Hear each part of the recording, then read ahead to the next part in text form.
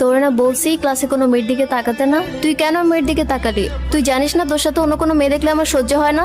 আচ্ছা ঠিক আছে বাবা, এরপরে আমি কোনো মেয়ের দিকে তাকাবো না। এখন কলারটা তো ছাড়ো। তাহলে আমার মাথা ছুঁয়ে বলো।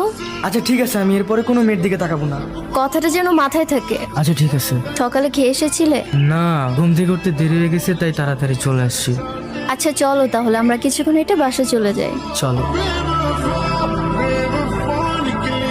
আচ্ছা দোস্ত, তোকে না অনেকদিন যাবত একটা কথা বলবো ভাবতেছিলাম, কিন্তু বলি নাই। হ্যাঁ তো বল। আমার না কয়েকদিন যাবত একটা মেয়ের সাথে কথা হইতেছে। ওর সাথে মেসেজে কথা বলতে বলতে আমাদের মধ্যে কিভাবে একটা প্রেম হয়ে গেছে। আগে বলিস নাই কেন আমাকে? কই মেয়ের ছবি দেখা? এই যে তোর ভাবি, সুন্দর না? তোদের দুজনকে খুব ভালো মানাবে। আচ্ছা চল তাহলে ক্লাসে যাই। আচ্ছা দোস্ত তুই তাহলে বাসা চলে যা, আমি একটু পর আসতেছি। কেন তুই যাবি না? আমি যাব, কিন্তু আসিফের সাথে দেখা করে তারপর যাব। 2 দিন কোথায় ছিলে তুমি? স্কুলে আসলে না যে? ভালো লাগতেছিল না তাই স্কুলে যাইনি। ঠিক মতো ক্লাস করবে না, ভাদেম্মা হবে নাকি ভবিষ্যতে? এই ছবি তুমি কোথায় পেলে? তোমার বয়ফ্রেন্ড দিছে, মানে আমার বন্ধু আমাদের ফিউচার ভাবিকে দেখাইলো।